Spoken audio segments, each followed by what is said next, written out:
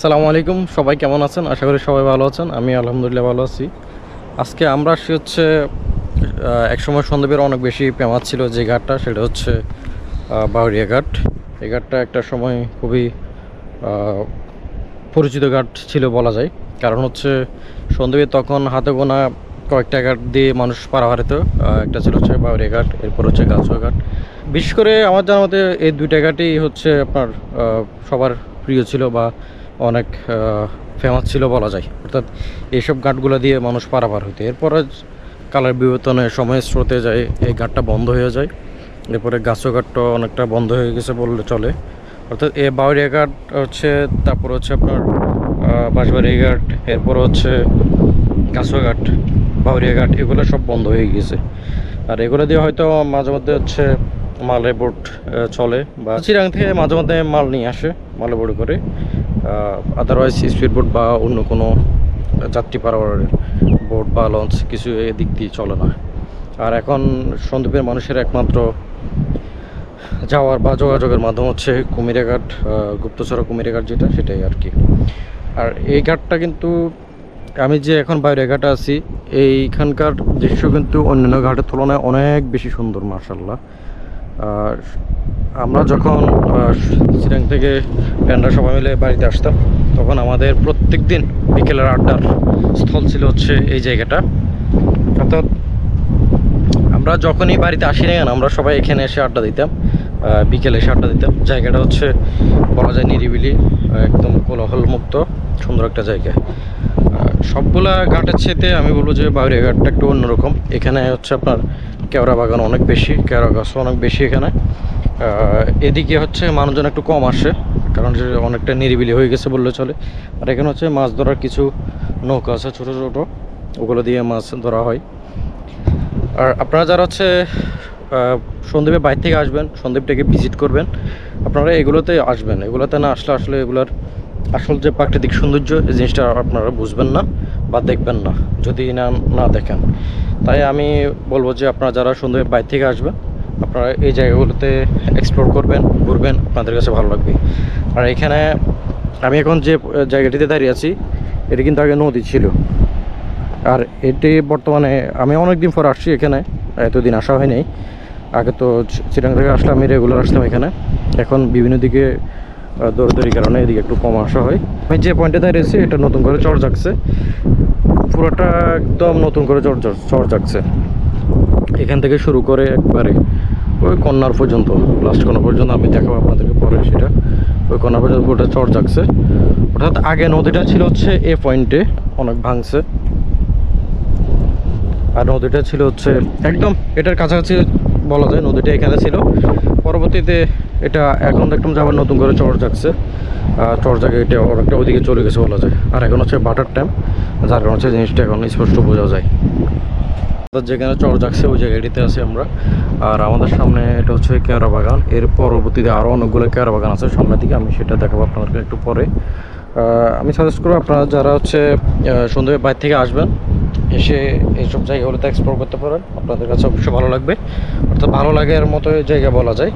আমরা আগে ফ্রেন্ডরা সবাই মিলে এখানে এসে আড্ডা দিতাম, রেগুলারই আড্ডা দিতাম। এটা আমাদের একটা আড্ডার কেন্দ্রবিন্দু বলা যায় এই জায়গাটা। যারা হচ্ছে আমার মতো কোলাহল মুক্ত নিরিবিলি থাকতে পছন্দ করেন বা নিরিবিলি ফ্রেন্ড সার্কেল নিয়ে আড্ডা দিতে পছন্দ করেন, তাদের জন্য হচ্ছে এইসব জায়গাগুলো হচ্ছে বেস্ট একটা জায়গা আমি বলবো নিঃসন্দেহে। আর বাউরিয়া ঘাটটা সবগুলো ঘাটের তুলনায় আমি বলবো যে বাউরিয়া ঘাটটা অনেক বেশি সুন্দর আমার দেখা মতে। এ হলো এখানকার পরিবেশ, এখানকার প্রাকৃতিক সৌন্দর্য। যদি আসলে জীবনকে উপভোগ করতে চান, সেক্ষেত্রে হচ্ছে আপনাকে বের হতে হবে, ট্রাভেলিং করতে হবে, এক্সপ্লোর করতে হবে, ঘোরাঘুরি করতে হবে, না হলে আপনি জীবনকে উপভোগ করতে পারবেন না আদারওয়াইজ।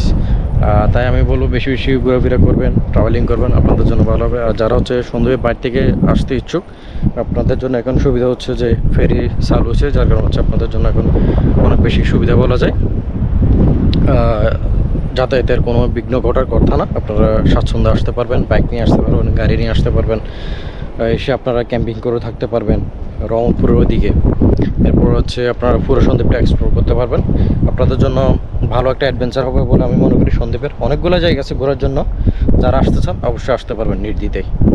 সমুদ্রের ধারে আসবেন, সমুদ্রের পাশে এসে বসবেন। সাগরের যে ঢেউর যে আওয়াজ, ঢেউর যে শব্দ, ঢেউর যে ধ্বনি, এই জিনিসটা আপনাদেরকে অনেক বেশি মুগ্ধ করবে এবং আপনাদের যদি মন খারাপ থাকে সেটাও অবশ্যই ভালো হয়ে যাবে।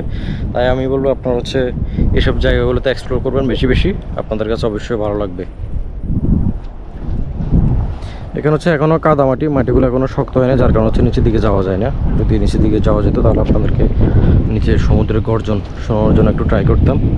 পাশে হচ্ছে গাছুয়া ঘাট, এটা হচ্ছে বাউরিয়া ঘাট, আমি যেখানে দাঁড়িয়ে আছি।